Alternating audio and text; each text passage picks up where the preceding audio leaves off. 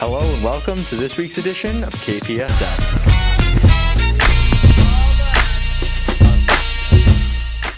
The hard work that has been done in preparation for competition has been incredibly valuable this year. Preparing for and accepting all the challenges that COVID has brought upon us and keeping everyone's attitude and outlook positive has been quite a grind. We would like to recognize our December Warriors of the Month for their unwavering efforts to get their team ready, both mentally and physically, for the challenges of the season ahead of them. Senior basketball forward Cole Breen has been a leader throughout practices and tryouts. He has also excelled as a student athlete, and that was well rewarded as he was recently accepted into Harvard. His teammates tell us he's always going 100%. He never takes a day off and brings his hard work and leadership to every practice. Emma Glazier for the girls basketball team has her team off to a great start with her leadership and hustle. She's poised for a big year as a senior captain. Emma will be heading to Springfield College next year to continue her academic and basketball career. I don't know about you, Emma, but I didn't find out until I saw a sign in my front yard that the school put out there. I was a Warrior of the Month. Yeah, so I was my mom was like, there's a surprise in my lawn for you. And I'm like, what could be in my lawn? I was honestly surprised because obviously we didn't have any games or any real competition in the month of December. But I was really pleased because it was a testament to kind of leadership at practice. And with our new coach, Coach Janelson, coming in from JV to Coach varsity this year, I think I was really pleased to see that he kind of gave that to me as a testament to just leadership during practice. I was honestly really surprised because same thing. There hadn't been any games or anything yet, and I've seen people since my freshman year winning Warrior of the Month, and I didn't really think it was honestly just weird to then be put in that situation where I was then able to win it myself. But I felt like it really showed my growth, and that I felt like a lot of my hard work had paid off. I feel like the biggest factor that we've had to kind of work around is just having no time in the locker room. That's really when you kind of regain your senses at halftime. You kind of have team bonding in there, so we had to work around that a little bit. But I feel like the overall rule changes have been all right. We're okay with wearing masks. We're used to it by now. And yeah, we're just glad to be playing basketball. Yeah, I'd say the same. It's just the stuff outside of the actual game that's been changed. I feel like that game itself, they did a pretty good job of preserving it. The really only difference I would say is that there's no out of bounds plays under the basket, but honestly, that's not that big of a deal. For us, at least, this is our second year with having Dan Nagel as our head coach. So we've really worked on making adjustments from last year with his system with the 5-on-5 off and the constant pressure. And I think that those adjustments could really lead to a potential playoff win, especially with the league being a little more even now that we got some of the big players out of that have graduated from other towns. So last year, as you guys might remember, we qualified for the playoffs for the first time in I think 5 years or something, because we had just really great players, and Alex Fritz, the league's leading scorer last year. And so we graduated 94% of our total points last year. So we're not really coming back with much, but that means we gotta play differently. We gotta come at the year differently. Nobody's really used to this. We're the only team in the league that plays on Sundays. No one's used to our routine, so that's kind of something we have going for us this year. And I think with just a quick 10-game schedule, we can kind of surprise a couple teams. We didn't surprise Mansfield, but we're gonna surprise some other teams this year. This year, there's no pressure. I don't have people feel like I have to be recruited and all that stuff. So I feel like I can play the game more for me and more for my team, where I'm not worried as much as what's going on outside of the game. So I'm really fortunate to then have this year. I'm just able to play my game, and I know that my future is set, and I don't have to worry about that unknown factor too. And if the Harvard coaches are watching this, I'll be looking for that D1 offer soon. No pressure, but I expect that. So our goal going into the season, 10-0. Let's go win it all. Right now the goal is 8-2. Still gonna go to the playoffs, still gonna win it all. The Kelly Rex is a tough division to play in. It's probably, Hockomock itself is probably one of the best leagues in the state. Kelly Rex is the best division in the Hockomock. It's tough out there, but I think we have the right routine, we have the right system, we have great coaching in Coach Janelson, and I think 8-2 is very reasonable for us right now. and I think a lot of teams should watch out. Also, I would like to say congratulations to Coach Stefano on having his baby, his son.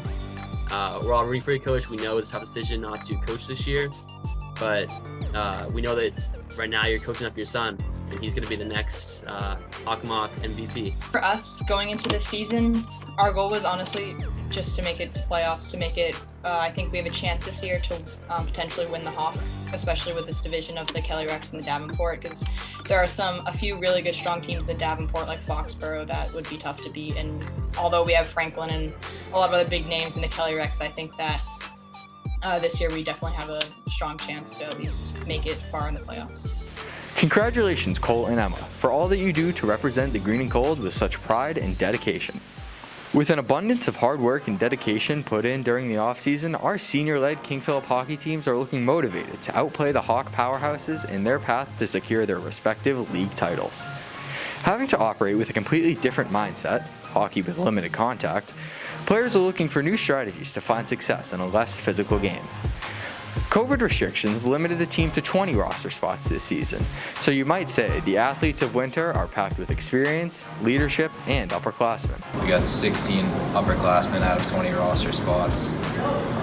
One of those underclassmen is a starting goalie, and then the other 3 are all key parts who in our first scrimmage had multiple points each. So, this was definitely the year. Experience is deep, but hopefully we'll be able to have at least a Hockomock Cup, but I also think that if there was a team in all 4 years that we were here that could have made a state tourney run, it definitely was this team. So it hurts a little bit, but you got to make the best of what we got. So I'm going to go out there and try to get the Hockomock Cup if they have that at the end of the year, and any type of playoff we'll try to win.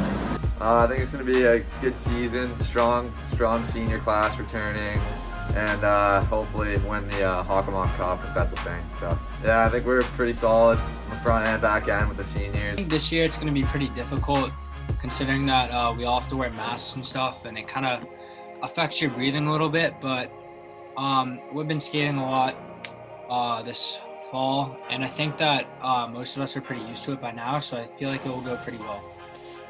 Out of the Hawk teams, what teams do you think we got to look out for this year? Franklin's always the number 1 on the list, so took us out of the playoffs last year. So I'd say they're the biggest one to look out for. Well, one of our big goals this season is to have a winning record and hopefully win a state championship. Our schedule's a little weird this year, so it's definitely gonna have some adjusting, but I think we'll get past it. If someone on the team gets exposed to COVID, because then everyone will have to quarantine and we'll have to forfeit games or just not play games, which would be pretty tough. And I don't think anyone wants that to happen, so I think we're all going to do our best to prevent it. Our team goal is to hopefully make the Hawk Cup championship because we don't have the MIA tournament anymore, so we're hoping to make the Hawk Cup. But yeah, so our goal kind of this year is just to beat all the Hawk teams and make it to the Hawk final. I think a lot of the seniors in general is just to simply make the most of what we have left and put everything we have out onto the ice, and I'm sure it's the same thing with you guys as well. Just trying to make the most of what we're given with, and I know a really big thing with our coach was that he wanted all of us to be 110% always moving on the ice and always putting in our best efforts. And last year we were of course devoted to the sport, but at times games would be we wouldn't be consistent at every game when it was a team that we could definitely beat, unfortunately. But yeah, I think we're definitely more motivated than ever to get that Hawk Cup. I totally agree. Even last week's games were demonstrated this. We lost to Franklin our first game playing them, but later that week we were totally able to reset our mindset just in the practice in between, and we were able to have a 5-1 win over them that week. So it kind of just shows that we're able to switch our mindset, we're able to turn it on, and we just need to continue with that for the rest of the season because we definitely have a good shot at the Hawk Cup at the end of the season. Coming in as a vastly apparent underdog for the Hawk, our KP basketball teams are looking to shock assumptions and prove that their preparation and unmatchable team chemistry can propel them to utilize the circumstances of the season to their advantage. We're a bunch of hardworking kids looking to put some good games together as a team, hopefully get some upsets here and there. We're not known to be the best team in the Hawk, which I think is in our advantage because the expectations aren't that big, so we can make our own. And for some players to look out for, I'd look out for Evan Stevens, Cole Breen, Danny Clancy. Cole and Ev are coming back for their senior season. Both captains, probably looking to make some noise in their last year. And Clancy is an upcoming junior who just came off a strong JV season. I hope we beat Franklin or Mansfield at least once, get that upset in there. And there's no playoffs this year, so I can't say make it a tournament. But if we have a Hawk tournament, I hope we get a few games deep in that. We've got good chemistry on the team. A lot of the guys on the team have been playing together for a really long time. And I think this year more than any year, we got to use sort of those interesting conditions, those sort of out of the norm to our advantage. I think we got to, if we band together, we play as a team, we work hard together, I think we can go 500 and make the playoffs this year. Powered by the ambitious expectations of winning the Hawk title and making an appearance in the States, our KP swim team looks to prove the power of their team's depth and leadership. They are motivated to overcome the obstacles presented in an entirely new format for competition. Some of the rules and procedures that are going to be put in place because of the pandemic are we're not going to have in-person meets this season. Instead, we're going to do separate virtual ones over Zoom. So we're going to be at the normal pool we usually go to and then broadcast it to the opposing team. So it's like a Zoom meeting like in class, but just in swim in competition. So we're going to be at our home pool, then the other team's going to be at their home pool, and it's just going to be broadcasted over the computers, I believe. And then it's going to be weird for sure, but I think it's going to work, and for the most part it's going to keep everyone safe and everyone contained if something does happen, so we know who was with who, when, where. And then added on to that, a new rule just came out the other day where once you get up onto the dive block to get into the pool, you're going to be wearing a mask the entire time. Then you hand it off to one person each and every time. So basically there's partners for the masks. And then after you go into the pool, your partner goes down to the end and drops off your mask. So after you do your race or your event, you have to finish and then do what we call cool down laps. You just swim down to the other end, pick up your mask and get out there. I look forward to this season every year because it's a good group of people. It's a lot of fun. And I love the competitive side of swim and also the team aspects, especially because I have a bunch of friends on the team and it's really just a fun time for all of us. We didn't lose a lot of seniors because we didn't have many. I think we only had 2 or 3 senior boys last year. So we're keeping a lot of the strong swimmers, and then we have a lot of skill and depth on our team. And I think it's really gonna help our team. We could be even better than we were last year. I think our team has a lot of good potential to win as many meets as we can this year. And I think we have a shot at winning states or Hawks. Our gymnastics team is ready to take the floor, and being a non-contact sport, the COVID restrictions that other teams have been facing may not affect our gymnasts as much, but there are new guidelines that they must follow. Just like all of our other athletes, the gymnastics team is keeping a positive attitude, and they are grateful that they get to compete this season. That rings true, especially for our senior athletes, as they are competing from their final year as King Philip Warriors. We talked with our senior captains, Olivia Titus and Lauren Fusco, to see how the team was shaping up. We only had a few weeks to prepare. It's a lot less than normal because of COVID.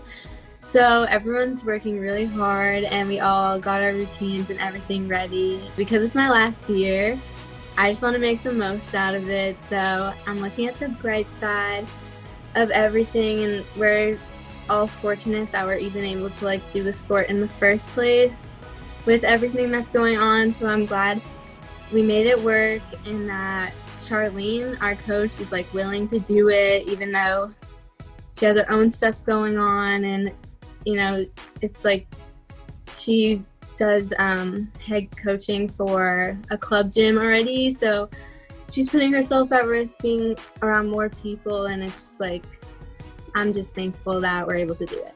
I really hope to take away what it's like to be a leader, because being captain, you have to work for it every single year that you're doing gymnastics. And so hopefully this year will be able to teach me a good lesson of what a leader needs to be and what the girls need to look up to. It's been tough, but honestly, we're just excited for the upcoming girls to be able to get ready for competing varsity gymnastics for the rest of their high school career. Despite the fact that we have no snow, our alpine skiing team has found enough of the white stuff at Ward Hill and Shrewsbury, Mass. to get their season underway. Here's Mia Valencia with our report. Our winter sports teams are taking the court, the ice, the floor, and let's not forget, the slopes. The ski team had its inaugural season just 4 years ago, and it has been gaining a lot of interest and momentum. With skiing being a non-contact sport, skiers can expect to ski much in the same way they always have. However, they have had other COVID-related obstacles to contend with. Rather than being seated as they were before, racers now race by school. And, just as we have seen with other sports, high school ski championships have also been canceled. The lack of snow has also affected the beginning of their season, but Ski Ward has been working hard to make sure there's snow on the hill and more gates to help teams practice and train for their meets. Another unexpected hardship that hit the ski team was travel restrictions. With the need to quarantine if you cross certain state lines, the ski team has lost some of their athletes that ski competitively in New Hampshire. Nevertheless, just as all of our athletes, our ski team is looking towards the positive and working hard to make the most of this season. We talked with senior captain Megan Powers, who has been on the team since it began when she was a freshman. She said it was bittersweet going into the season as a senior, and it will definitely hit her at the end of the season because ski racing has become such a big part of her life. As captain, her goal is to make sure that everyone on the team has a great year, and she hopes that the underclassmen will keep coming in to be a part of the team to keep it going. Megan said she hopes to leave behind the idea of having fun with the sport and enjoying competition, an incentive she hopes carries through with the juniors who will take over the team next season. Megan, we wish you and the rest of the ski team success on the slopes this season, and we look forward to seeing the promising future of our KP ski team. Through a showcase of pure adversity, our KP athletes have displayed ferociousness in their drive to play through whatever challenges may come their way. With the season officially underway, the green and gold appear more determined than ever to solidify their chance at taking home multiple Hawk championships this season. That's it for this week's edition of KPSN. We will see you back here next week.